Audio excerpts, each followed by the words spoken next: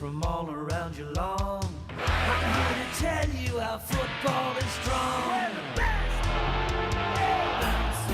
Good morning and welcome to the GDFL Netball Show for round one of the finals. Joining me today, we've got Amanda Grant from Bellpost Hill Netball Club. Welcome, Amanda. Good morning, Fee. And Donna Francesi from the Anarchy Netball Club. Welcome, Donna. Morning, Fee. Morning, Amanda. Morning, Donna. Just going to have a quick look at the last round's games, round 18. Was one close one that I know we were questioning last week when we were thinking about who we're going to take. But other than that, probably not too many surprises. The first one, Winchelsea 61 defeated Inverleigh 26 in probably a big scoreline, and I know that Inverleigh missed out on finals because of this game. They had to win it, really, to make the finals. But yeah, Winchelsea quite strong. Amanda, you've got some names down there in the Winchelsea team that... I have Julia Knott was an inclusion this week. It looks like they're getting their full squad back ready for finals. I'm actually quite surprised by the how big the margin was in this game. I didn't expect it to be as big as what it was, 61-26. That was a surprise. Yeah. Yeah. But in saying that, like, that's 35 goal difference there, Amanda, and like they shot right out in front at first, didn't they, with that 21 lead at quarter time. So we knew Winchelsea would take this out, but bad luck to Inverleigh for not making the five, but hey, there's always next year. Yeah, and congratulations Winchelsea on being undefeated for the season in A grade. That's a great effort, and I'm sure that your finals campaign is going to go really well.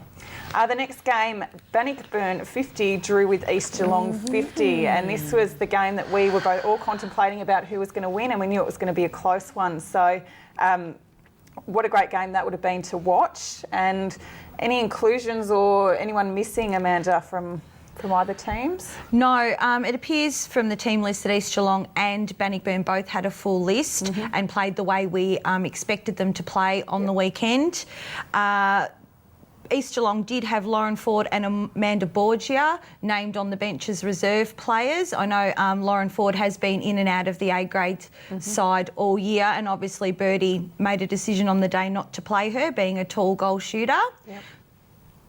So that'll be interesting coming up to today's games and things, of where she's going to be playing in finals, because I know that she's qualified for both A and B grade, and I know that one's an elimination final and one's a qualifying final, so I know that Birdie has a huge decision to make with Lauren in that game, but we'll have a chat about that a bit later.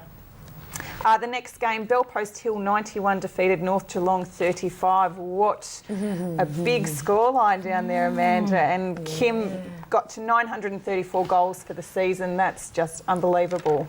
Yeah, that's a fantastic effort from a Bellpost Hill point of view and from a league point of view. Yep. Phenomenal to have scored 934 goals for the year. I know Kim's mum Sue was keeping tally during the game, and we gave her a bit of a louder cheer when she scored her 900th for the season. So great effort, Kim. Well done, Kim. Well, she scored 743 goals last year, so she was actually up 76 goals from last year, so that's a damn good effort. Well done, Kim. Yeah, Kim had two opponents on the weekend.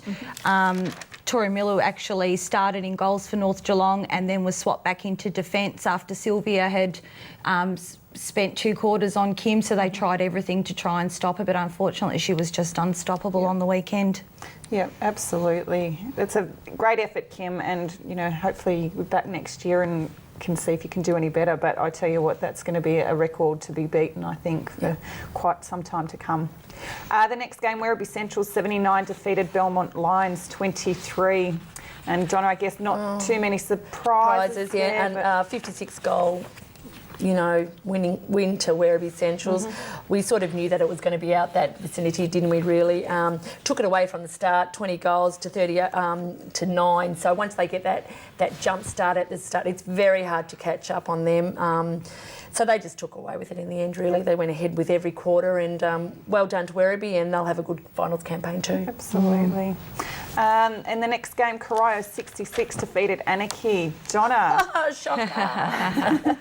Oh, look, I've been told not to be so disheartened with Anarchy, but I tell you what, girls, that was a shocking game. In saying that, we had 2 or 3 A graders out, and brought up a couple who'd already played many games, as we've heard before. So, but Corio, real tough, strong team.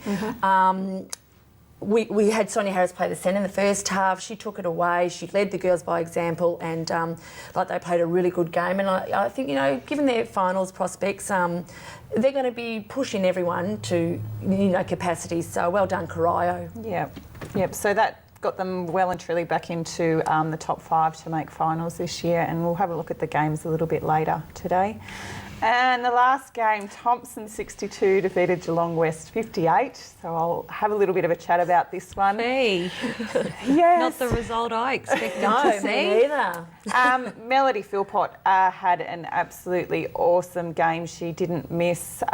We could see exactly what Thompson were doing, but we just didn't have the girls to actually get up and with the height of her there at the moment. Well, she had 47 goals out of the 50, 62, so that was fantastic effort by her. They took the jump on us in the first quarter, and we just couldn't get that back. We had one of our mid-quarters out. Erica actually had the flu. That sort of did give us a disadvantage. It wasn't working down there. The last quarter when we came back, I know we're down by 14 at half time. When we came back in the last quarter, we mixed a few things up. My sister-in-law came on into wing defence and I went into wing attack. Saw that. And you actually won that last quarter though, Fee, 19 goals to 12. Yep. So you did come back in that. Yeah. Maybe if she had have come back on, made that change earlier on, maybe in the third, things could have been a bit different. I know that Gail did turn around and say I was contemplating it at half time to do that, but I wasn't sure, and a little bit too late. I think we just had the roll on in that last quarter. If there probably would have been a couple more minutes on the clock, I think it would have been absolutely down to the T. And for our point of view, when we have gotten behind in any games, we've really struggled to come back. It was good for us to see that we can come back, that we can lift our heads and go, right, let's do this. But Thompson played a great game, and I can't take anything away from them. They took advantage of it. They played well, and they got the win. Well done to Thompson. Well done. Yeah, absolutely. And in the end, it doesn't make too much of a difference for us on the ladder or anything like that. But disappointing way to end the season, because I know that our other senior teams won that day and we were the sort of only one, and even our footballers got up. So that was a little bit disappointing, but that's all right. We can cop that on the chin, and hopefully next year we can just play a little bit better, a bit more consistency throughout the whole year is where we hope to start next year. Very good. But anyway, we will just have a quick look at the ladder for A grade. We will go over the games a little bit later, but we do have Winchelsea undefeated for the season, 72 points, huge effort. Second place, we've got Werribee Centrals. They just dropped the 2 games against Winchelsea this year. Next, Bellpost Hill, East Geelong, Corio. So that rounds out the top 5 in the finals campaign between that lot. Then we've got Inverleigh, who just missed out on finals, and we have discussed that over the past few weeks. North Geelong, Bannockburn, Belmont, Geelong West, Thompson and Anarchy. So, that's the ladder for the A grade this year, and, who knows what's going to happen next year, but good luck to all the teams in the finals today. And we'll be back after this break. We are the Raiders from all around.